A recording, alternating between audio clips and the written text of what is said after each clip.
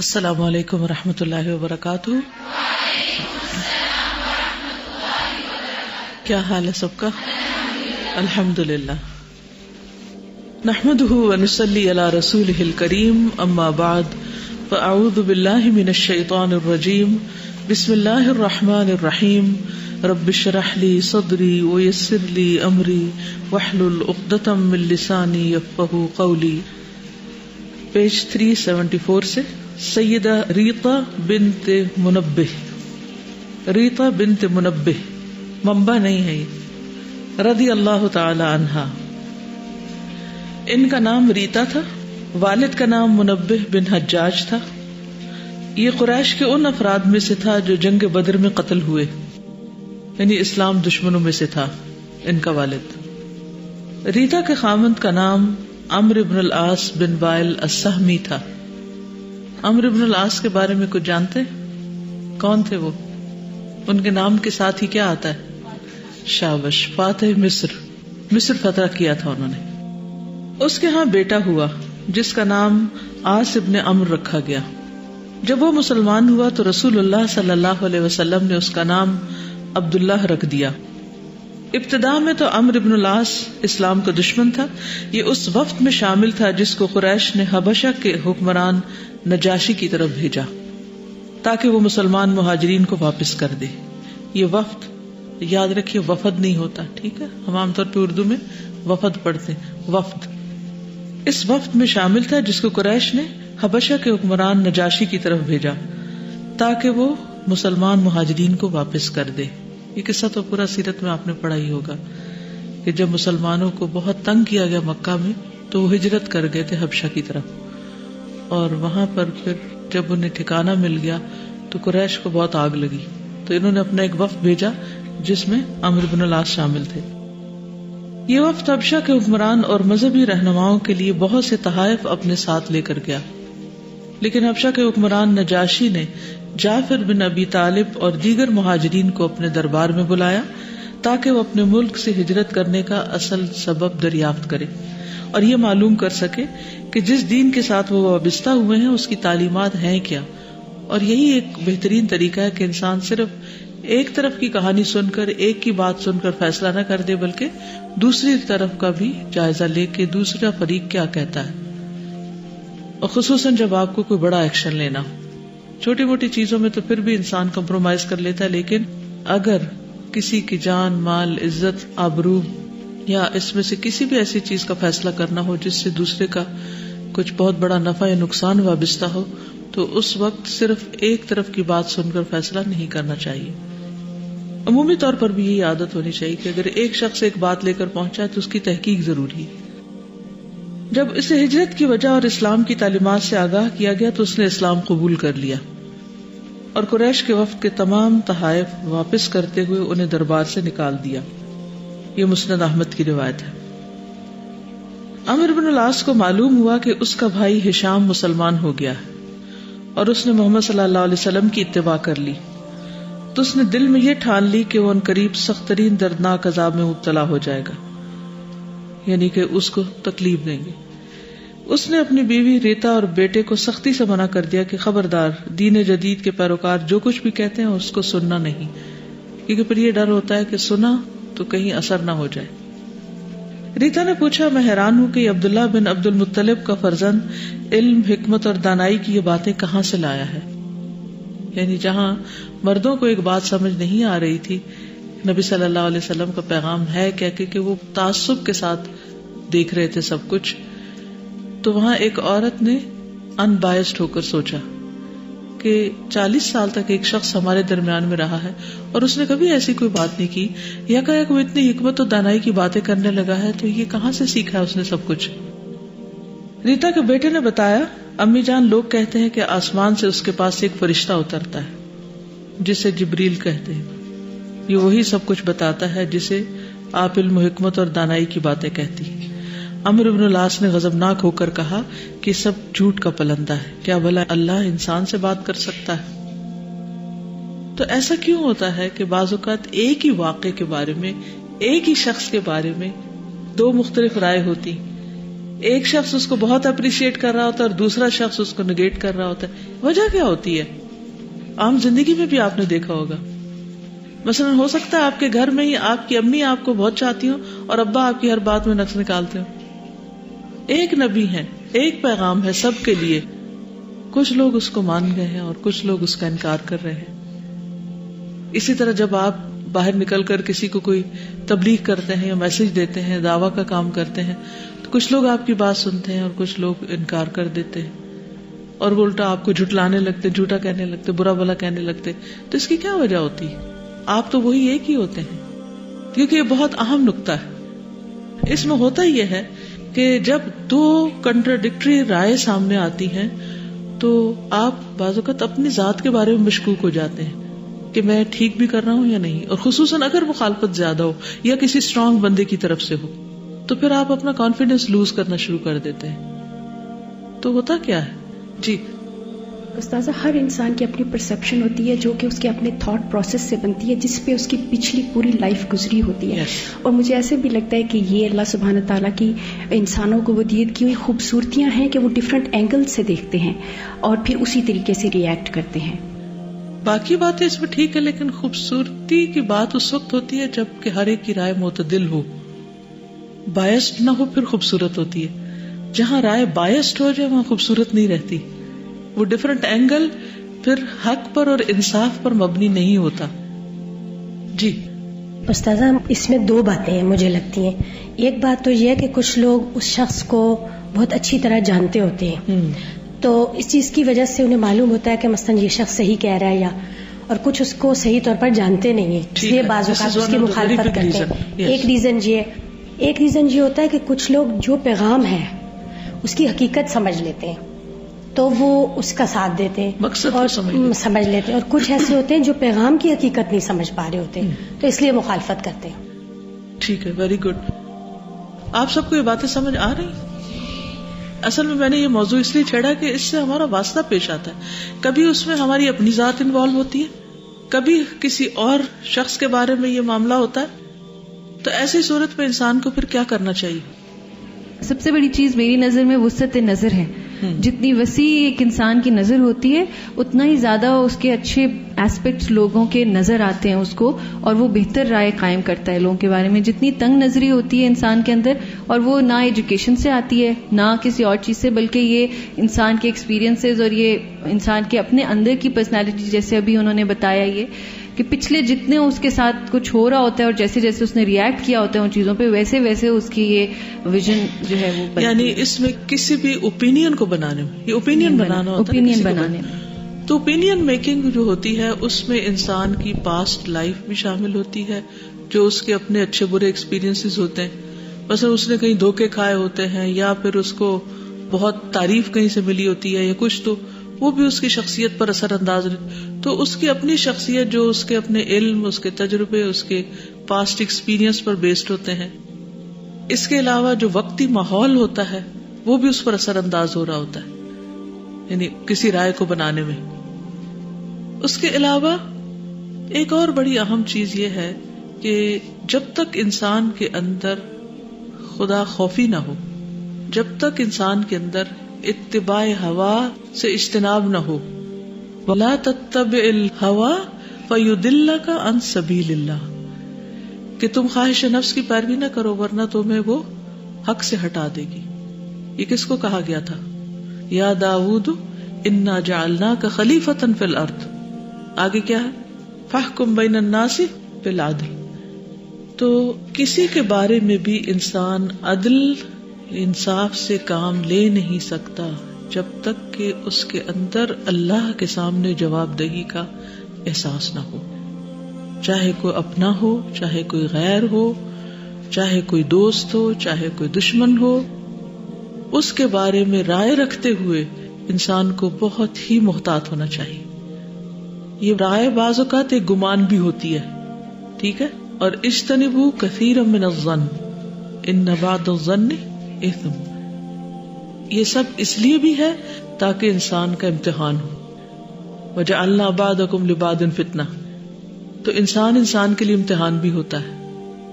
جو اس کے اپنے خاندان کے لوگ ہوتے ہیں, کنبے کے لوگ ہوتے ہیں, ملک کے لوگ ہوتے ہیں، اس کی زبان بولنے والے ہوتے ہیں، یا اس کے ان سے کچھ مفادات وابستہ ہوتے ہیں، تو ان کے بارے میں سوچتے ہوئے اس کا ذہن اور طرح کام کرتا ہے، اس کی نگاہ اور طرح دیکھتی ہے. لیکن جو اس کی اس کیٹیگری سے باہر ہوتے ہیں، اس کے پسندیدہ سرکلز ہیں نا، ہماری زندگی میں کچھ سرکلز ہیں، ان سرکل سے جو باہر ہوتا ہے اس کے بارے میں سوچتے ہوئے ہم کچھ اور ہوتے ہیں.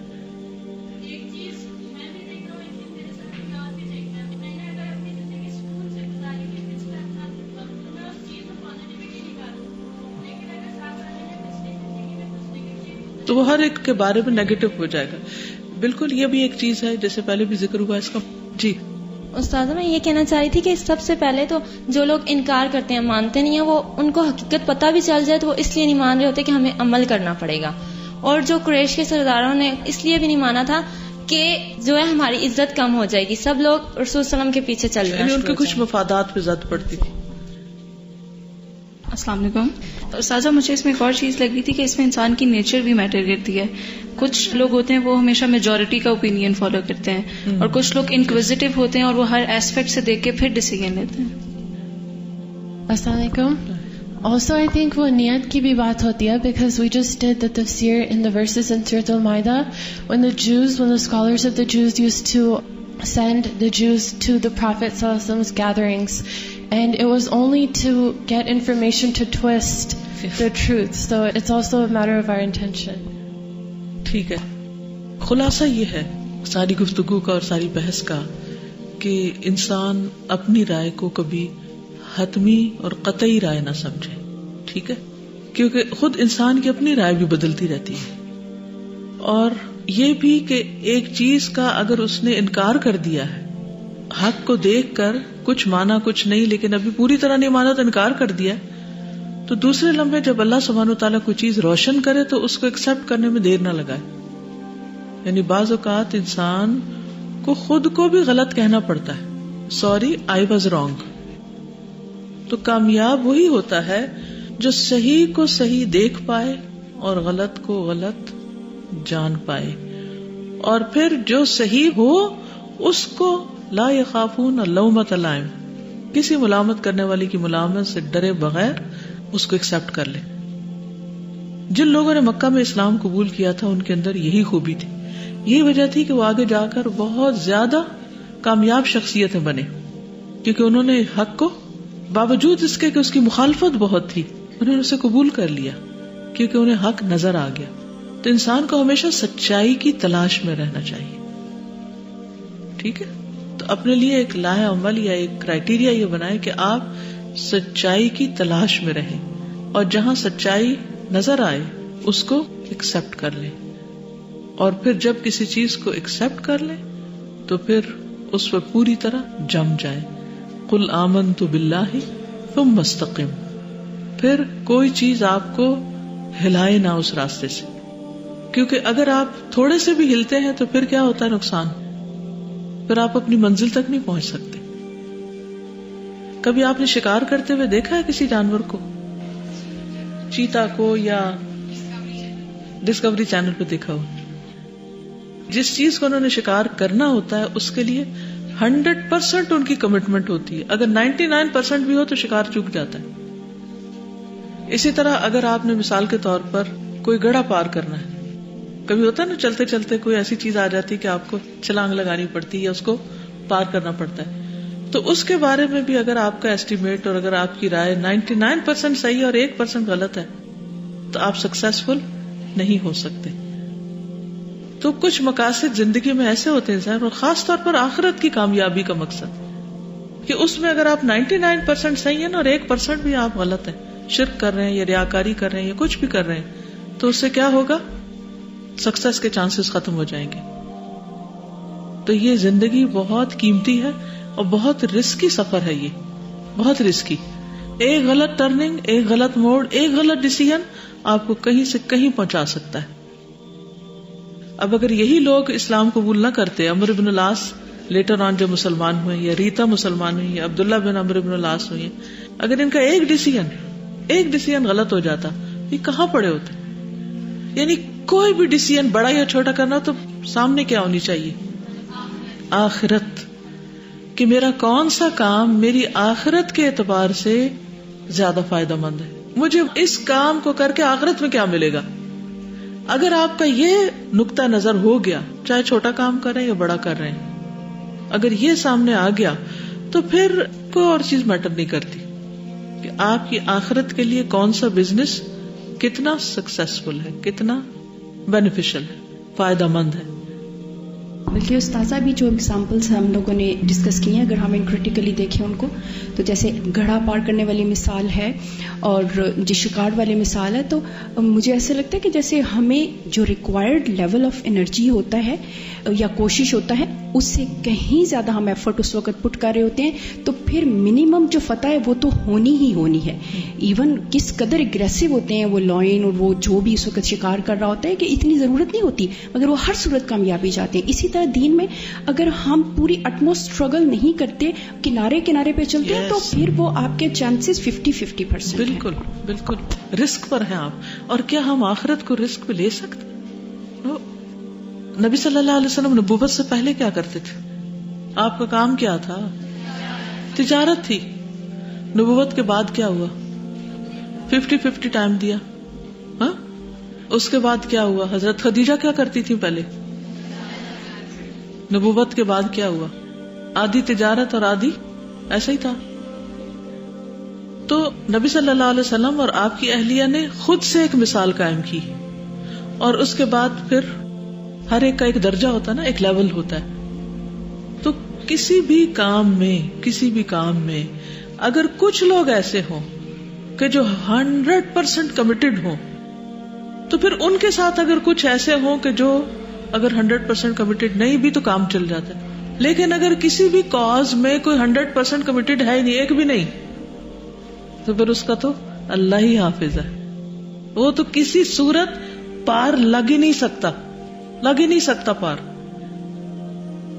آپ میں سے مختلف لوگ قرآن پاک پڑھ رہے ہیں، یعنی ہر ایج گروپ وغیرہ کے، اور ہر ایک کا درجہ اللہ کے یہاں مختلف ہے. کچھ لوگوں کی کمٹمنٹ 100% کہ 1 سال اللہ کے لیے دینا ہے زندگی کا، تو اس میں مجھے ہر لفظ سمجھنا ہے. اور کچھ لوگ جتنے % وہ کر رہے ہیں. اچھا، اب ہر ایک کی کامیابی کا اور نتائج کا انحصار کس پر ہے؟ 100% ریزلٹ کے لیے کیا کرنا ہوگا؟ 100% کمٹمنٹ کرنی ہوگی. اور اگر آپ کو 50% ریزلٹ چاہیے تو 50% کمٹمنٹ کافی ہوگی. ابھی ہم پہ ڈپینڈ کرتا ہے کہ ہم اپنی آخرت کے لیے کیا چاہتے، کتنے % چاہیے وہاں کامیابی. 100% کے لیے کام کریں، اور پھر کچھ اگر اس میں اونچ نیچ ہو جاتی ہے تو اللہ اپنی رحمت سے ہم سب کو پار لگائے. لیکن ہماری کوشش کہ مجھے کچھ چیزوں کو ایسے نہیں ڈھیلا ڈھالا لینا کہ اچھا اگر یہ بھی نہیں ہوتا تو کوئی بات نہیں، اگر نمازوں میں بھی کمی ہے تو کوئی بات نہیں، اگر روزے بھی کچھ رہتے ہیں تو کوئی بات نہیں، اگر اخلاق میں کوئی کمی ہے تو کوئی بات نہیں، اگر یہاں ڈنڈی مار رہے ہیں تو کوئی نہیں. ایک ایک چیز کو ٹھیک کرنا ہے، ایک ایک چیز کو اپنی زندگی کے انالائز کریں. اس کو رسک پہ نہیں رکھیں، کیونکہ نتائج ہمیں 100% چاہیے. آگے چلتے. آس نے اپنے باپ سے کہا، وہ کہتے ہیں کہ اللہ تعالیٰ نے موسیٰ علیہ السلام سے باتیں کی. عمرو بن العاص نے اپنے بیٹے سے کہا، جو کچھ یہ لوگ کہتے ہیں اسے سچ نہ ماننا، اور نہ ہی تم ان میں سے کسی کے پاس بیٹھنا. آس ابن عمر نے کہا کہ میرے چچا ہشام کہتے ہیں کہ جس نے ایک دفعہ ایمان کا مزہ چکھ لیا وہ پھر کبھی شرک کی طرف نہیں لوٹتا، اگرچہ لوگ اس کی گردن پر تلوار کیوں نہ رکھ دیں. اس کے باپ نے اسے ڈانٹ پلائی اور پھر اسے دوبارہ کہا، دیکھنا کبھی بھی ان میں سے کسی ایک کے ساتھ بات نہ کرنا. اب وہ کچھ بھی سننے کو تیار نہیں. تو حق کس کو ملتا ہے؟ حق کون پاتا ہے؟ جو سنتا ہے. کیونکہ سنے بغیر، سمجھے بغیر آپ سچویشن کو پوری طرح انالائز ہی نہیں کر سکتے، اور جب انالائز نہیں کر سکتے تو حق تک پہنچیں گے کیسے؟ اور اگر آپ صحیح پوائنٹ تک، نقطے تک نہیں پہنچے تو آپ صحیح رستہ کیسے اختیار کر سکتے ہیں؟ تو اب یہ رویوں کو آپ دیکھتے جائیے. ایک دن آس ابن عمر اپنے ماں باپ کے پاس آیا. وہ تیز دوڑنے کی وجہ سے ہانپ رہا تھا. دونوں نے پوچھا، آخر کیا ہوا؟ کون سا حادثہ رونما ہو گیا؟ کس کے خرمن کو آگ لگ گئی؟ اس نے کہا، میں یہ خبر سن کر آیا ہوں کہ عمر بن خطاب مسلمان ہو گیا. پھر عمرو بن العاص بڑی جلدی کے ساتھ اپنے گھر سے نکلا تاکہ اس خبر کی تصدیق کر سکے. جب وہ اپنے گھر واپس آیا تو اس کا منہ شدت غم سے لٹکا ہوا تھا. اس کی بیوی ریتا نے پوچھا کیا ہوا, غمگین دکھائی دے رہے ہو, کیا یہ بات درست ہے جو آپ کے بیٹے نے بتائی؟ عمرو بن العاص نے کہا ہاں ٹھیک ہے, بیٹا صحیح کہتا ہے. جنگ احد کے موقع پر مشرکین نے یہ طے کیا کہ وہ اپنی بیویوں کو بھی اپنے ساتھ لے جائیں تاکہ مسلمانوں کے ساتھ لڑنے کے لیے ان کے حوصلے بڑھائیں. ریتا بن منبع اپنے خامند عمرو بن عاص کے ساتھ, ہند بن عتبہ اپنے خامند ابو سفیان کے ساتھ, ام حکیم بنت حارث اپنے خامند اکرمہ بن ابی جہل کے ساتھ روانہ ہوئے. قریش کو جنگ کے دوران میں فائدہ پہنچا کیونکہ تیر اندازوں نے اپنے قائد کی حکم عدولی کرتے ہوئے درے کو خالی کر دیا تھا, جس سے مسلمانوں کو بھاری جانی نقصان اٹھانا پڑا. عمرو بن العاص کا بیٹا عاص اور عمر بن خطاب کا بیٹا عاص دونوں مدینہ منورہ پہنچ گئے. دونوں نے نبی کریم صلی اللہ علیہ وسلم کے ہاتھ پر بیعت کر کے اسلام قبول کرنے کی سعادت حاصل کر لی. رسول اللہ صلی اللہ علیہ وسلم نے دونوں سے ان کے نام پوچھے تو دونوں نے اپنا نام عاص بتایا. رسول اللہ صلی اللہ علیہ وسلم نے فرمایا آج سے تم دونوں کا نام عبداللہ ہے.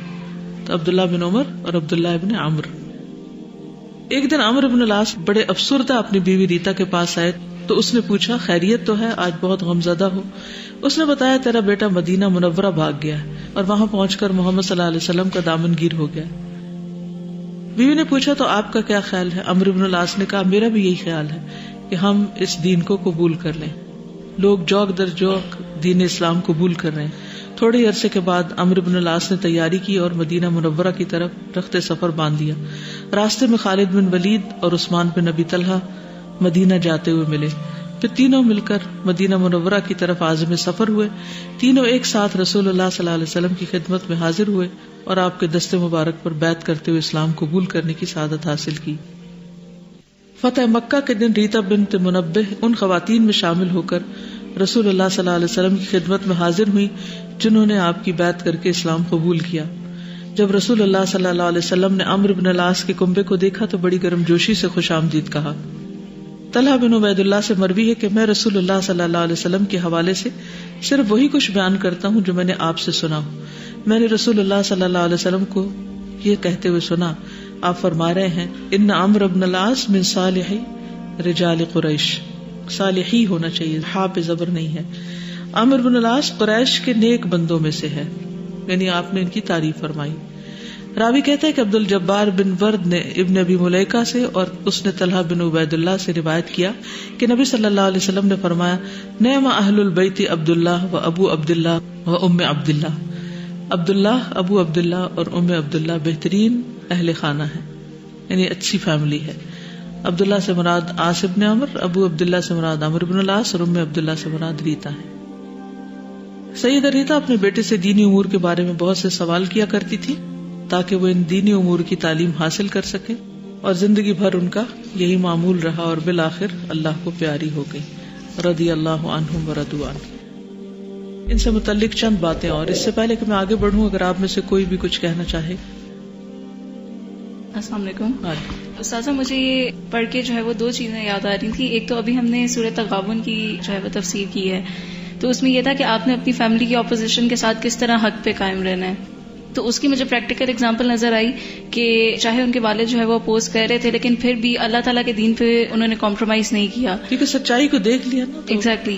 اور دوسری چیز یہ کہ سابقون میں سے وہ تھے کہ وہ ان تینوں میں سب سے پہلے جا کے انہوں نے جب اسلام قبول کیا اور اللہ تعالیٰ پہ توکل کیا, ایمان اسٹرانگ رکھا, تو اللہ تعالیٰ نے ان کی فیملی کو بھی جو ہے وہ اسلام. یعنی کسی کو تو پہلا سٹیپ لینا ہی ہے.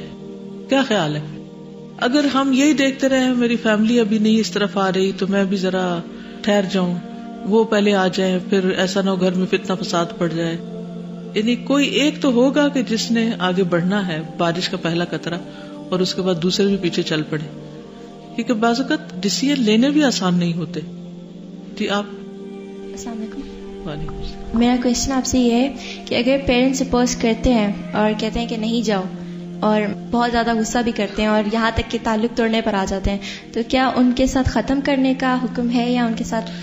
سورۃ لقمان میں اس کا جواب موجود ہے, اور اس میں اللہ سبحانہ وتعالیٰ بتاتے ہیں کہ ان کے ساتھ اچھے طریقے سے رہو لیکن ان کی بات نہیں ماننی. یعنی ان کی بات نہیں ماننی لیکن ان کے ساتھ اپنا رویہ اچھا رکھنا ہے. یعنی آپ ان کی خدمت کریں, ان کے ساتھ اچھا سلام دعا کریں, اور دنیا کے امور میں ان کی جو جائز بات ہے وہ ساری مانے، لیکن جہاں دین کی بات ہے اس میں نہیں کمپرومائز کرنا، کیونکہ اللہ کا حق بڑا ہے. ٹھیک. اس میں ایک پوائنٹ یہ آ رہا تھا کہ جو ان کے فادر تھے عاص بن عمر کے، وہ پہلے بہت زیادہ اپوز کر رہے تھے کہ نہیں اسلام کا نام نہیں لینا، اور جو سٹوری سنا رہے تھے وہ بھی نہیں سنانا. لیکن جب ان کے بیٹے نے آ کے بتایا کہ عمر بن خطاب مسلمان ہو گئے تو وہ ایک دم سے شوق میں چلے گئے. تو اس سے حضرت عمر بن خطاب کا بھی پتہ چلتا ہے کہ ان کی جو پرسنالٹی تھی وہ اس نے بھی کافی زیادہ افیکٹ کیا تھا. بالکل.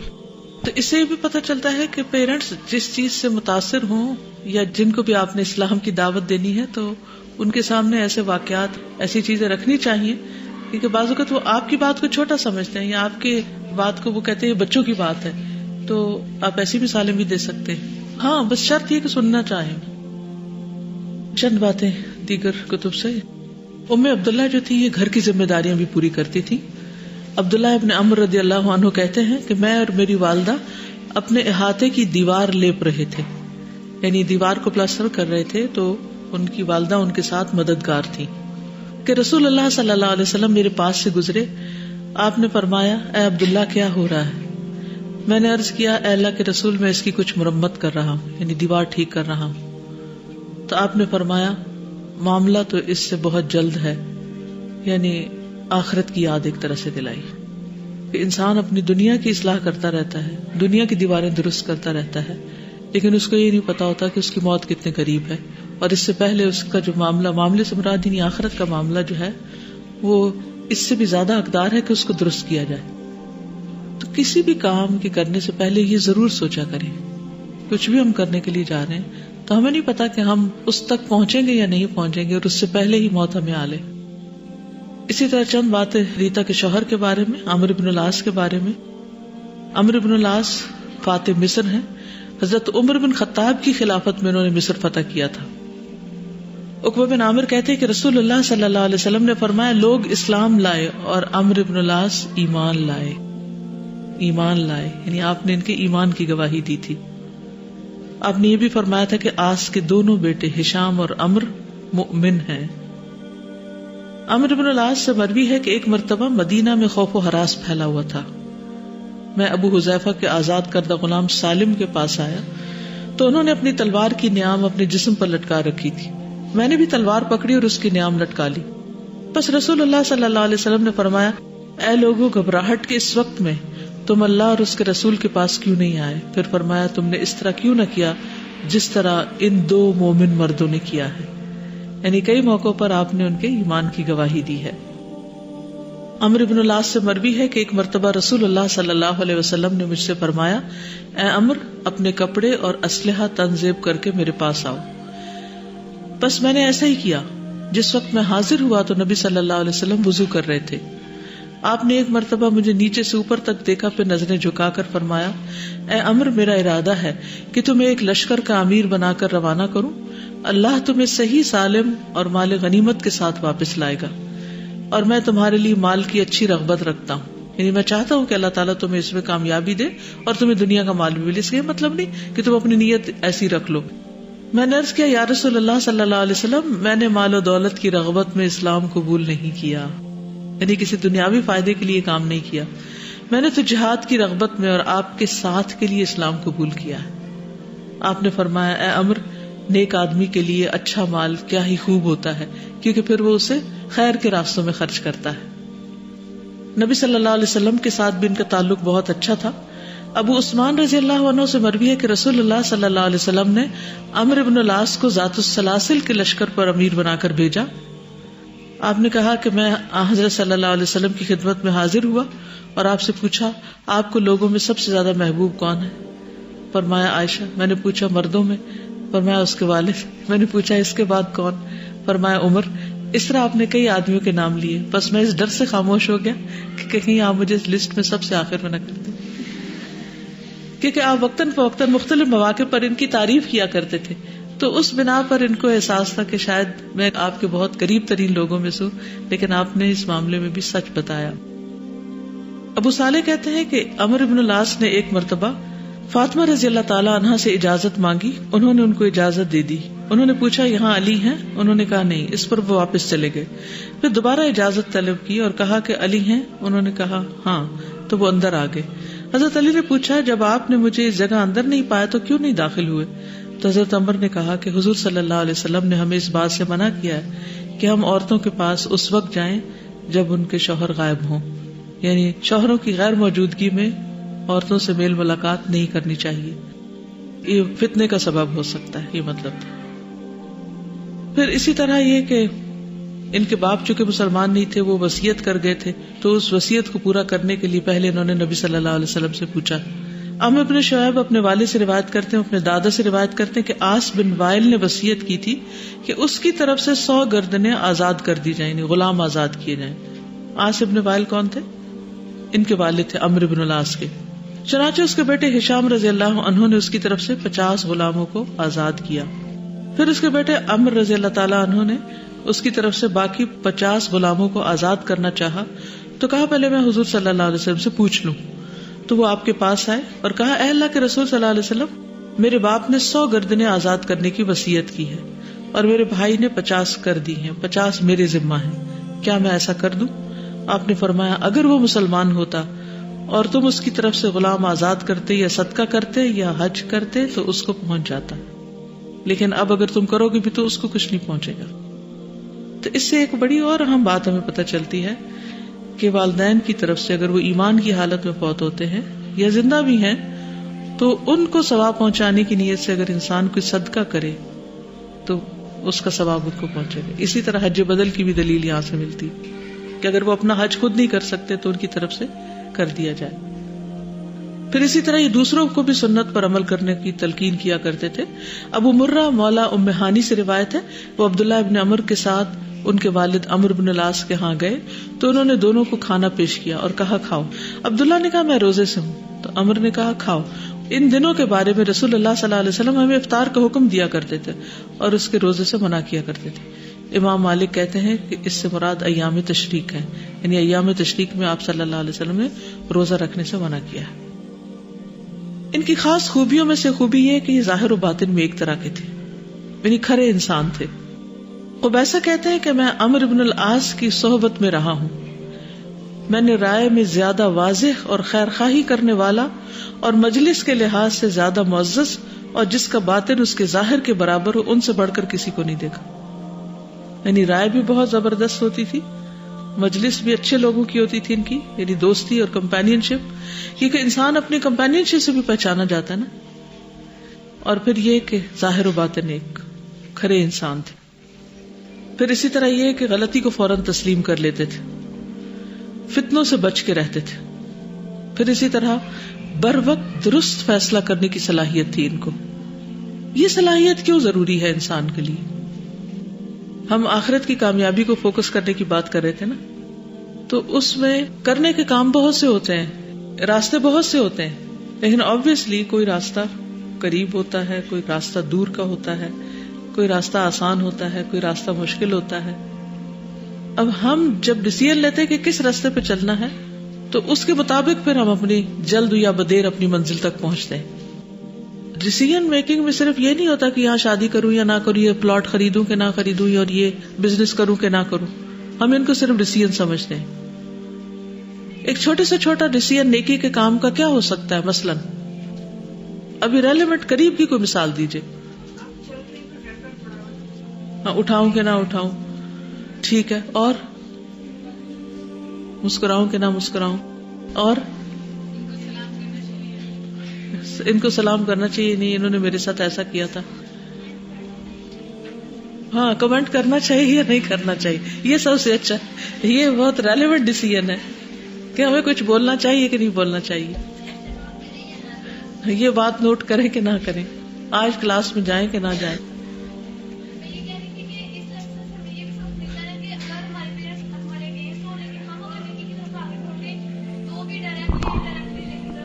دیکھیے اس میں سب سے بڑی مثال حضرت ابراہیم علیہ السلام کی ہے. یا ابتی انی قد جاءنی من العلم ما لم یأتک فاتبعنی اہدک صراطا سویا. چھوٹے ہیں وہ، ینگ ہیں، اور ساری قوم کے خلاف انہوں نے ڈیسیژن لیا اور اپنے والد کو کہتے ہیں کہ میرے پاس جو علم ہے وہ آپ کے پاس نہیں ہے, آپ مجھے فالو کریں, میں آپ کو صحیح راستہ بتاؤں گا. تو فیصلے علم کی بنا پر بھی ہوتے ہیں, اور اس میں چھوٹے بڑے کی بات نہیں ہوتی.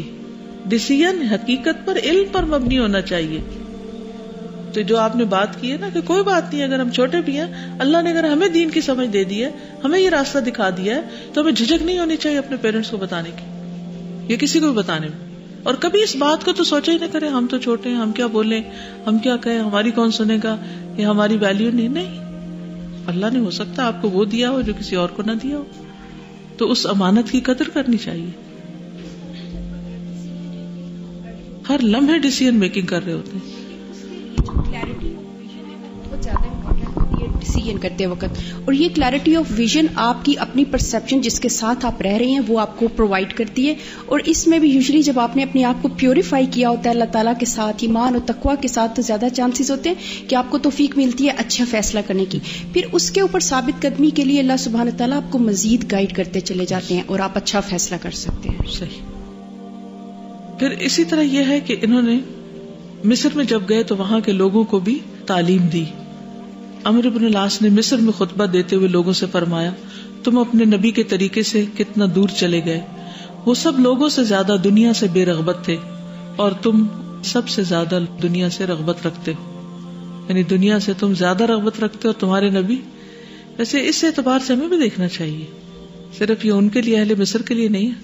ہم سب جو سنت کا اتباع کرنے کے بڑے دعوے کرتے ہیں, تو سنت کے اتباع میں ایک چیز یہ بھی آتی ہے کہ ان کے فیصلے جو تھے وہ مبنی بر آخرت تھے. دنیا سے بے رغبت تھے, آخرت کی رغبت تھی. یدعوننا رغبا ورہبا, کیونکہ انسان کے فیصلے عموماً اسی چیز پر بیسڈ ہوتے ہیں نا. یعنی اگر دنیا سے محبت ہوگی تو فیصلوں کی بنیاد دنیا ہوگی, اور اگر آخرت سے ہوگی تو پھر اس کے مطابق فیصلے ہوں گے. پھر اسی طرح ان کی جو وفات کے وقت کی گفتگو ہے یہ بہت اہم ہے. اتنی بڑی بڑی اچیومنٹس انہوں نے زندگی میں کی, لیکن مرتے وقت ان کے زبان سے کیا الفاظ نکلے وہ واقعی انسان کو گہری سوچ میں مبتلا کر دیتے ہیں. ایک کتاب ہے انسانیت موت کے دروازے پر. میں نے بہت ینگ ایج میں پڑھی تھی کتاب, اور اس سے بہت فائدہ ہوا تھا مجھے. اس میں بڑے بڑے لوگوں کی زندگیوں کے حالات ہیں, اور خاص طور پر یہ کہ وہ جب فوت ہو رہے تھے تو وہ کیا سوچ رہے تھے, ان کی حالت کیا ہوئی. دیکھیں نا, کسی بھی انسان کو ہم جب دیکھتے ہیں دنیا میں بڑی بڑی کامیابیاں حاصل کر رہا ہے تو ہم بہت انسپائر ہوتے ہیں اس سے, لیکن جب وہ دنیا سے جا رہا ہوتا ہے اور ہر چیز اس سے چھن رہی ہوتی, ختم ہو رہی ہوتی, اس کے لیے چیپٹر کلوز ہو رہا ہوتا ہے, تو اس وقت اس کا حال کیا ہوتا ہے. یہ ہمارے لیے بہت سبق کے واقعات ہوتے ہیں. اس لیے اگر کتاب ملے تو ضرور آپ پڑھنے کی کوشش کریں, کیونکہ جو لوگ آخرت کو یاد رکھتے ہیں وہی کامیاب ہوتے ہیں. ابن شماسہ کہتے ہیں کہ ہم عمرو بن العاص کے پاس حاضر ہوئے جب وہ مرض الموت میں مبتلا تھے. ان کو پتہ چلا تھا اب میں بچوں گا نہیں. وہ بہت دیر تک روتے رہے اور چہرہ مبارک دیوار کی طرف پھیر لیا. ان کے بیٹے ان سے کہہ رہے تھے, ابا جانا آپ کیوں رو رہے ہیں, کیا اللہ کے رسول نے آپ کو اس طرح خوشخبری نہیں سنائی. عمرو بن العاص ادھر متوجہ ہوئے اور فرمایا, ہمارے نزدیک سب سے افضل عمل اس بات کی گواہی دینا ہے کہ اللہ تعالیٰ کے سوا کوئی معبود نہیں اور محمد صلی اللہ علیہ وسلم اللہ کے رسول ہیں. اور مجھ پر 3 ادوار گزرے, 3 سٹیجز ہیں میری لائف کی. ایک وہ جو تم نے دیکھا کہ میرے نزدیک اللہ کے رسول سے زیادہ کوئی مبعوث نہیں تھا, اور مجھے یہ سب سے زیادہ پسند تھا کہ میں آپ پر قابو پا کے آپ کو قتل کر دوں. اگر میری موت اس حالت میں آتی تو میں جہنمی ہوتا. پھر جب اللہ نے میرے دل میں اسلام کی محبت ڈالی تو میں نے نبی صلی اللہ علیہ وسلم کے پاس جا کر عرض کیا, اے اللہ کے نبی رسول صلی اللہ علیہ وسلم, اپنا دایاں ہاتھ بڑھائیے تاکہ میں آپ کے ہاتھ پر بیعت کروں. آپ نے اپنا ہاتھ پھیلا دیا. میں نے اپنا ہاتھ پیچھے کر لیا. آپ نے فرمایا, عمر کیا بات ہے. میں نے عرض کیا, میں ایک شرط رکھنا چاہتا ہوں. آپ نے فرمایا, کیا شرط ہے. میں نے عرض کیا, یہ شرط کہ مجھے بخش دیا جائے.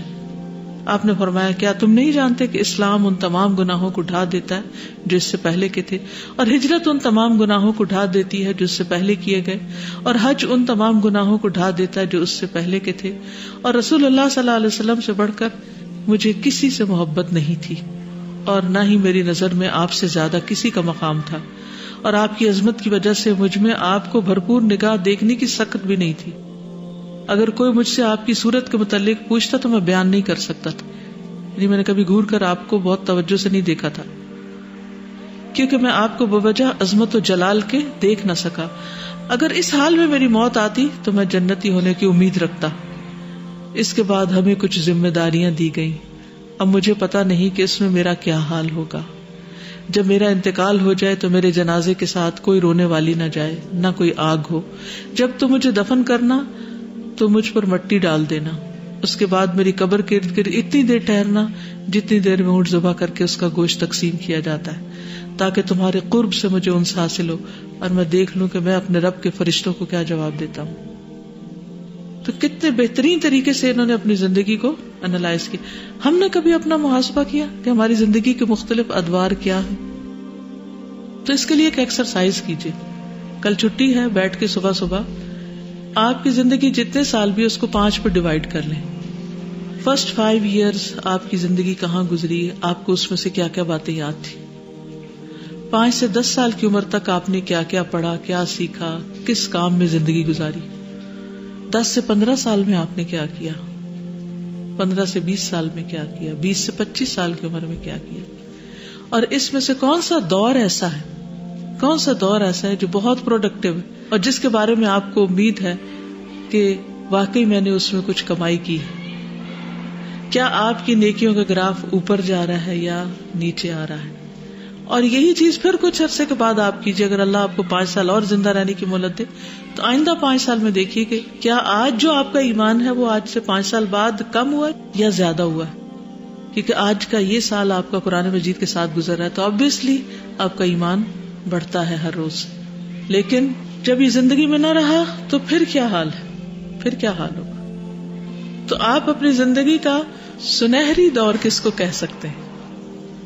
اور بجائے اس کے کہ موت کے وقت انسان یہ ایکسرسائز کرے اور اس وقت یہ سوچے، کیوں نہ کب سوچے، آج سوچے، تاکہ آئندہ جو 5 سال ہمیں ملے ان کو ہم بھرپور طریقے سے گزار سکیں، بہترین طریقے سے گزار سکیں کہ ہم نے اس میں آگے بڑھنا ہے، کچھ کرنا ہے. کہتے کہ موت کے وقت ان پر شدید گھبراہٹ طاری ہو گئی. ان کے بیٹے عبداللہ نے کیفیت دیکھی تو پوچھا، اے ابو عبداللہ یہ کیسی گھبراہٹ ہے؟ حالانکہ نبی صلی اللہ علیہ وسلم تو آپ کو اپنے قریب رکھتے تھے اور آپ کو مختلف ذمہ داریاں سونپتے تھے. انہوں نے فرمایا، بیٹا یہ تو واقعی حقیقت ہے، لیکن میں تمہیں اس کے بارے میں بتاؤں گا. اللہ کی قسم میں نہیں جانتا کہ نبی صلی اللہ علیہ وسلم محبت کی وجہ سے میرے ساتھ یہ معاملہ فرماتے تھے یا میری تعلیف قلب کے لیے. البتہ میں اس بات کی گواہی دے سکتا ہوں کہ دنیا سے رخصت ہونے تک وہ 2 آدمیوں سے محبت کرتے تھے. اس کی گواہی میں دے سکتا ہوں، ایک سمیہ کے بیٹے عمار سے اور ایک ام عبد کے بیٹے عبداللہ بن مسعود سے. یہ بات کر کے انہوں نے اپنے ہاتھ اپنی ٹھوڑی کے نیچے رکھے، کہنے لگے، اے اللہ تو نے ہمیں حکم دیا، ہم نے اسے چھوڑ دیا، تو نے ہمیں منع کیا، ہم وہ کام کرتے رہے، اور تیری مغفرت کے علاوہ کوئی چیز ہمارا احاطہ نہیں کر سکتی. آخری دم تک یہی کلمات کہتے رہے یہاں تک کہ فوت ہو گئے. پھر ان کے بیٹے عبداللہ بن عمرو بن العاص ہیں، بہت ہی عبادت گزار ہیں، اور جب ان کی شادی ہو گئی تھی تو پھر یہ ساری رات تہجد پڑھتے تھے اور ہر روز روزہ رکھتے تھے. پھر ان کی شکایت نبی صلی اللہ علیہ وسلم تک پہنچی کہ یہ اپنی بیوی کو پوچھتے بھی نہیں. تو اس پر آپ صلی اللہ علیہ وسلم نے ان کو پھر سمجھایا اور 3 دن میں ایک قرآن ختم کرنے کی اجازت دی. اور اسی طرح روزہ رکھنے کے بھی آپ نے فرمایا 1 دن روزہ رکھو اور 2 دن چھوڑ دو. تو انہوں نے کہا میں زیادہ طاقت رکھتا ہوں. پھر فرمایا وہ روزہ رکھو جب سب سے افضل ہے، اور وہ کون سا ہے؟ داؤد علیہ السلام کا. لیکن جب یہ بزرگ ہو گئے، بڑی عمر کے ہو گئے، تو کہتے کاش میں نے نبی صلی اللہ علیہ وسلم کی بات مان لی ہوتی، کیونکہ ہیومنلی پاسبل نہیں نا کہ یہ ساری چیزیں انسان ساری زندگی کر سکے. پھر یہ نہیں ہونا چاہیے کہ آج تو کچھ کر رہے ہیں اور کل کو آپ چھوڑ دیں. یہ چیز ناپسندیدہ ہے. جو کریں اسے یعنی چاہے تھوڑا کریں، اللہ کو زیادہ محبوب کیا، چاہے تھوڑا کریں لیکن اس کو کنٹینیو کریں، کیونکہ اس کے نتائج کچھ اور ہوتے ہیں. پھر اسی طرح 3 لوگ ان کے پاس آئے، کہنے لگے ہمارے پاس کچھ نہیں. تو عبداللہ بن عمر نے کہا کہ اگر تم چاہو تو میں تمہاری مدد کر سکتا ہوں، لیکن اگر تم صبر کرو تو یاد رکھو نبی صلی اللہ علیہ وسلم نے فرمایا مہاجرین فقراء قیامت کے دن مالداروں سے 40 سال پہلے جنت میں جائیں گے. تو کہنے لگے کہ ہم صبر کریں گے اور ہم آپ سے کچھ بھی نہیں مانگتے. نبی صلی اللہ علیہ وسلم کے ساتھ ان کا بہت گہرا تعلق تھا اور وقتاً فوقتاً ان کے ساتھ انٹریکشن ہوتا اور مختلف نصیحتیں ہیں آپ کی ان کے لیے. ایک دفعہ انہوں نے جسم پر اسفر سے رنگے ہوئے کپڑے دیکھے تو آپ نے فرمایا یہ کافروں کا لباس ہے, یہ نہ پہنا کرو. پھر اسی طرح جب بہت زیادہ قرآن پڑھتے تھے, روزے رکھتے تھے تو اس سے منع کیا. پھر اسی طرح دنیا کے فتنوں سے دور رہنے کی تلقین آپ کو کی. پھر اسی طرح آپ کی اور بھی جو وصیتیں تھی, مثلاً زندگی بھر اپنے باپ کی اطاعت کرنا اور نافرمانی نہ کرنا, ان سب چیزوں پر آپ عمل کرنے والے تھے. پھر اسی طرح یہ نبی صلی اللہ علیہ وسلم کی عادات پر بہت غور کیا کرتے تھے اور آپ سے بہت سی احادیث بھی انہوں نے روایت کی ہیں. یہ نبی صلی اللہ علیہ وسلم کی احادیث کو لکھ بھی لیا کرتے تھے. ابو ہریرہ کہتے ہیں کہ عبداللہ ابن عمرو ابن العاص سے زیادہ مجھ سے کسی اور نے بڑھ کر احادیث روایت نہیں کی, وہ لکھ لیا کرتے تھے اور میں لکھتا نہیں تھا. نبی صلی اللہ علیہ وسلم نے ان کے بارے میں فرمایا ہے کہ 4 لوگوں سے قرآن سیکھو, عبداللہ بن مسعود, ابو حذیفہ کے آزاد کردہ غلام سالم, ابی ابن کعب اور معاذ بن جبل سے. اور یہ حدیث انہوں نے روایت کی ہے, ان کے بارے میں نہیں ہے. یہ تورات کا بھی علم رکھتے تھے, آپ نے ان کو دعا بھی سکھائی اور یہ پھر آگے بچوں کو دعائیں سکھایا کرتے تھے. یہ بھی صحابہ کرام کا ایک روایت اور طریقہ رہا ہے جس پر ہم بھی عمل کرتے ہیں, آپ لوگوں کو دعائیں سکھاتے ہیں. پھر یہ مختلف صحابہ سے بھی احادیث روایت کرتے ہیں. صحابہ ان سے بہت سے مسائل بھی پوچھتے ہیں. حضرت عائشہ بھی ان سے مستفید ہوتی ہیں. ان کے پوتے محمد بن عبداللہ ہیں, ابو داؤد, ترمذی اور نسائی کے راوی ہیں. ان کے پڑپوتے شعیب بن محمد ہیں. پھر پڑپوتے کے بیٹے عمرو بن شعیب ہیں. یہ سب لوگ احادیث کے راوی ہیں. ان کی پڑپوتی زینب بنت محمد جو ہیں یہ ابن ماجہ کی راویہ ہیں. تو بہرحال یہ ہے وہ خاندان جو ابتدا میں مسلمان نہیں تھا لیکن اس کے بعد مسلمان ہو گیا. جی اوکے. جب ان کو دین کے بارے میں بتایا گیا تو مطلب تھوڑی بہت جو شروع کی ڈسکرپشنز بتائی گئی, تو جس طرح ابھی ہم نے پڑھا نا کہ حق اسی کو مل سکتا ہے جو سنتا ہے. تو اول تو وہ سنتے نہیں تھے, لیکن اگر کوئی بیچ میں ایک تو سن لیتا تھا تو ان کو ایک یہی بات قرآن میں اچھی لگتی تھی کہ وہاں پہ حضرت عیسیٰ کا ذکر ہے اور وہ اسی کو بار بار کوٹ کرتے تھے. جی یہ اس بارے میں بہت خبردار رہی ہے کیونکہ یہ بھی ایک بہت بڑا فتنہ ہے. رات ہی میں ایک ویڈیو کلپ دیکھ رہی تھی جس میں ایک سو کالڈ کہتا ہے کہ میں امام مسجد تھا, اور پھر اس کے بعد میں نے جب قرآن پڑھا تو اس میں حضرت عیسیٰ کا نام زیادہ آیا تھا. ان کی والدہ کا, واحد ان کی والدہ ہیں جن کا نام قرآن میں آیا ہے, اور محمد صلی اللہ علیہ وسلم کا نام یعنی کہ کم تھا, اور آپ کی والدہ کا بھی ذکر نہیں ہے, اور فلاں نہیں ہے اور فلاں نہیں ہے, تو لہٰذا میں کرسچن ہو گیا. یعنی محمد صلی اللہ علیہ وسلم کی پیدائش کا ذکر اللہ نے نہیں کیا, جبکہ حضرت عیسیٰ کی پیدائش کا ذکر کیا, اس کو کلمت اللہ کہا ہے. اور عجیب و غریب باتیں. تو کسی بھی چیز کو آؤٹ آف کانٹیکس کرنا یہی تحریف ہوتی ہے نا, یعنی اس کے اندر تبدیلی کر دی کہ وہ آیتیں کس مقصد کے لیے بیان ہوئی ہیں اور ان کو کہاں جوڑ دیا گیا ہے. تو ان چیزوں کا جواب آپ کو آنا چاہیے. جی استاذہ, جب ہم ان کی پرسنالٹی کے بارے میں پڑھے تھے اور آپ بتائی تھی کہ ڈیسیژن میکنگ کتنے زیادہ مطلب وہ فیصلے کر سکتے تھے, تو میں یہی سوچ رہی تھی کہ جب ایگزیکٹو مینجمنٹ کو چوز کیا جاتا ہے تو دیکھا جاتا ہے کہ وہ ڈیسیژن میکنگ کر سکتے ہیں کہ نہیں. اسی طرح ہمارے ساتھ کیا ہوتا ہے, اسپیشلی لڑکیاں, چھوٹے چھوٹے مسئلے جو ہیں ان میں ہم پھنسے رہتے ہیں. اگر منہ پہ پمپل نکل آیا تو سارے دن اسی کی ٹینشن ہوتی رہے گی, کسی نے کچھ کہہ دیا ہے تو مطلب وہی ہم سوچتے رہتے ہیں. تو مطلب اگر ہم چھوٹی چھوٹی باتوں سے نکل کے آ کے جو بہت بڑے فیصلے ہوتے ہیں ان پہ فوکس کریں, اور جو آخرت ہے اس کی اگر ہم تیاری کریں تو پھر ہو سکتا ہے کہ ہم کچھ کر سکیں. ادروائز یہ جو چھوٹی چھوٹی باتیں ہوتی ہیں اس نے میرے بارے میں کیا کہا, تو بالکل صحیح کہا آپ نے. اصل میں کچھ بھی کرنے لگے تو اگر یہ سوچ لیں کہ یہ میری آخرت کو کتنا فائدہ دے گا, زیادہ دے گا یا کم دے گا, تو انشاءاللہ سبھی فیصلے صحیح ہو جائیں گے. سبحانک اللہم و بحمدک, اشہد ان لا الہ الا انت, استغفرک و اتوب الیک. السلام علیکم و رحمۃ اللہ وبرکاتہ.